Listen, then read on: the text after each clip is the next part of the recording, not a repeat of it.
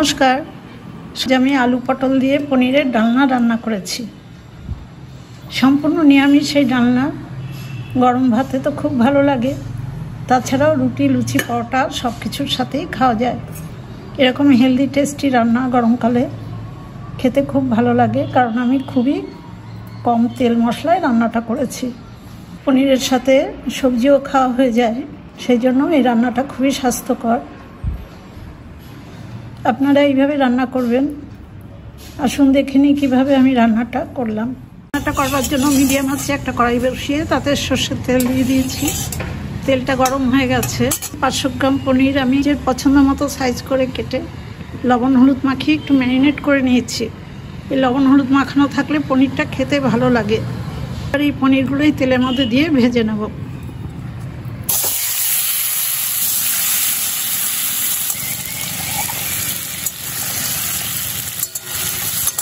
পনিরের টুকরোগুলো পিট করে ভেজে নিলাম।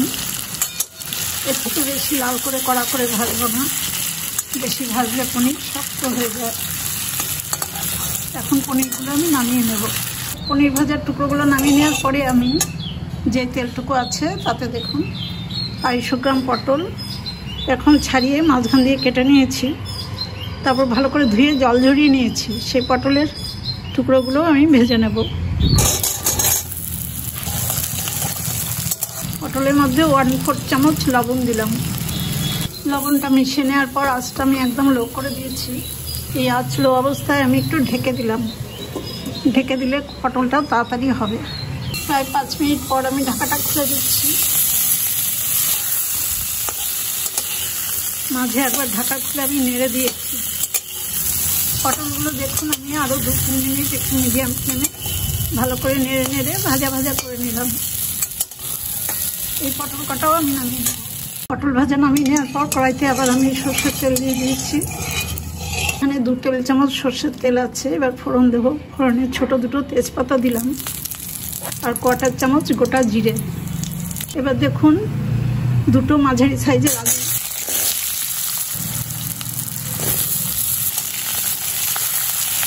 আলু ভাজার মধ্যে আমি প্রায় 1/2 চামচ লবণ দিয়ে দিলাম।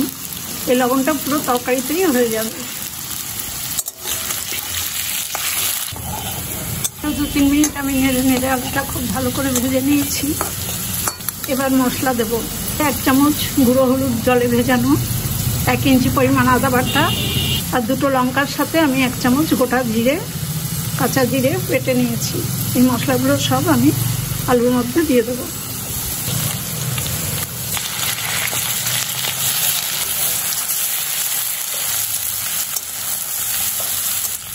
মশলার প্লেটটা ধুয়ে একটু জল দিয়ে দিলাম।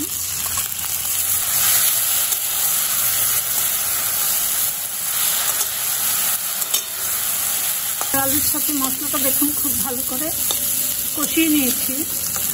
এবার ভেজে রাখা পটলগুলো দিয়ে দেবো।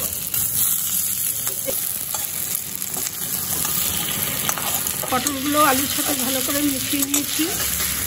আজ কিন্তু আমি টমেটো ছাড়া রান্না করছি।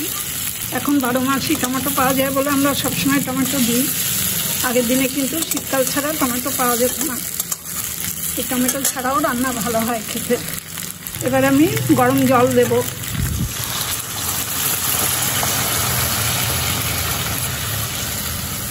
আমি সবজির পরিমাণেই জলটা দিলাম, পরে এই জলটা কিন্তু কমে যাবে। এবার আলু আর পটলটা একটু ভালো করে ফুটিয়ে সেদ্ধ করে নেব।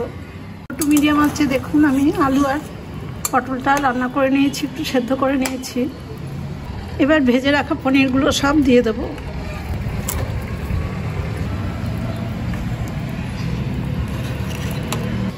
পনিরগুলো ঝোলের মধ্যে ভালো করে ডুবিয়ে দিলাম।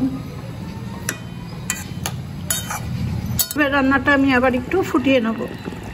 3-4 মিনিট সময় দেখুন আমি লো টু মিডিয়াম আছে আলু পটল দিয়ে পনিরের ডালনাটা ভালো করে ফুটিয়ে নিয়েছি। সব কিছু খুব ভালো সেদ্ধ হয়ে গেছে। এবার 1/2 চামচ চিনি দিলাম। চিনিটা ভালো করে মিশিয়ে দিয়েছি। রান্নাটা আমার প্রায় হয়ে গেছে। আজ আর আমি গরম মশলা দেবো না এই রান্নাটাতে। আমি 1/2 চামচ কসুরি মেথি ড্রাই রোস্ট করে একটু হাত দিয়ে ডলে দিয়েছি, সেই কসুরি মেথিটাই লাস্টে দিলাম। আর সবশেষে দিলাম 1 চামচ ঘি। কসুরি মেথি এবং ঘি দেওয়ার পর আর রান্নার দরকার নেই। এবার আমি এই রান্নাটা একটু ঢাকা দিয়ে কিছুক্ষণের জন্য রেস্টে রাখবো। এখন গ্যাসের ফ্লেমটা অফ করে দিলাম। পটল পনিরের রান্নাটা আমি একটা বাটিতে সার্ভ করে দিচ্ছি। গরম গরম এই রান্না রুটি, লুচি, পরোটা, ভাত সব কিছুর সাথেই খুব ভালো লাগে। সম্পূর্ণ নিরামিষ এই রান্না, নিরামিষ দিন বা যে কোনো দিনেই এই রান্নাটা করে খাওয়া যায়। আমার এই রান্নার রেসিপিটা দেখে আপনাদের